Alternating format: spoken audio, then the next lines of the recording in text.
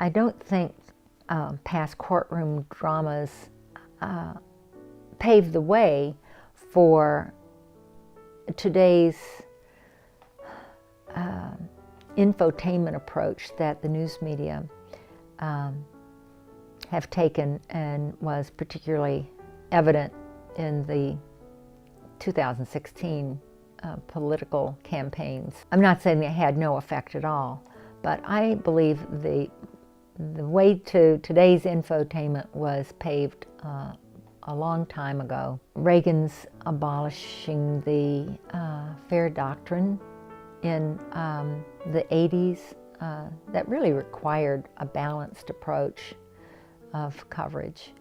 But more important to me, in my mind, is requiring the news media, or putting the news media into the ratings game. At one point, the news was considered a lost leader, back in the good old Walter Cronkite days. Yes, more people watched Walter Cronkite on CBS than they did other network news, and maybe that was a factor in deciding that the news had to carry its own so far as ratings were concerned. But as soon as ratings became paramount, and of course ratings translates to profits, so the profit motive of media companies to include news coverage, I really think has led to what we see presented as news these days. Another factor is the consolidation of news organizations. In the good old days, there were family-owned and stations, family-owned chains of newspapers that also then got into the TV business. As those chains and newspapers have been bought up by ever larger corporations, and now are owned by just a half dozen corporations that have nothing to do with journalism. These corporations are interested in profits and returning dividends to their shareholders. They are not interested in journalism, good, hard, solid, factual journalism. And as that has diminished and seems to be meeting its demise, I think the public is really suffering, and as is our whole democracy. I sound like I'm really on a big platform here, but I really think it's all tied together.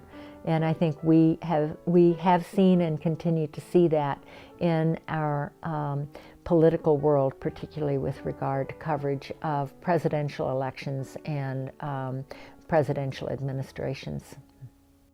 People have a difficulty, in fact, find it impossible to separate fact from fiction insofar as what's presented in the way of news, because people, for the most part, believe what they're told. And that goes way, way, way back to why propaganda has always worked. I think maybe the biggest example I think of at the moment is North Korea. North Korea, the people, the North Koreans truly believe that their leader is supreme, can do anything, can do no wrong, is God, and that their supreme leader alone can keep them safe and secure. The rest of the world is dangerous and evil, and they believe it. Why do they believe it? Because that is what they are told. That is their sole source of information.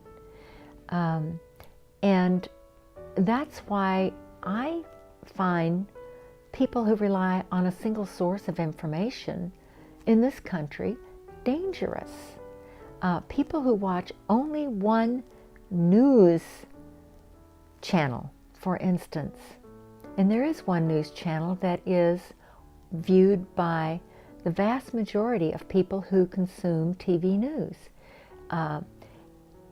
Yet it has been shown over and over and over again that more than 50% of their news reports contain factual inaccuracies and sometimes just flat out are wrong. And yet they continue to repeat. And so people believe it. Why do nonprofits fall short, especially when there's so much good news going on, and yet people see only bad news when they turn on their TVs? Because I think nonprofits have not caught on to how to convey the message, how to communicate in an effective way that people will believe. And part of that is repeating. Who was it who coined the term, tell a lie often enough and it becomes truth? And they're people who have a message, whether it's for profit or political benefit, know that, have learned that, and they repeat it. Nonprofits have to find a mechanism, and unfortunately one that doesn't cost a lot of money, and just repeat their message. And they have to find a way to reach a wider audience.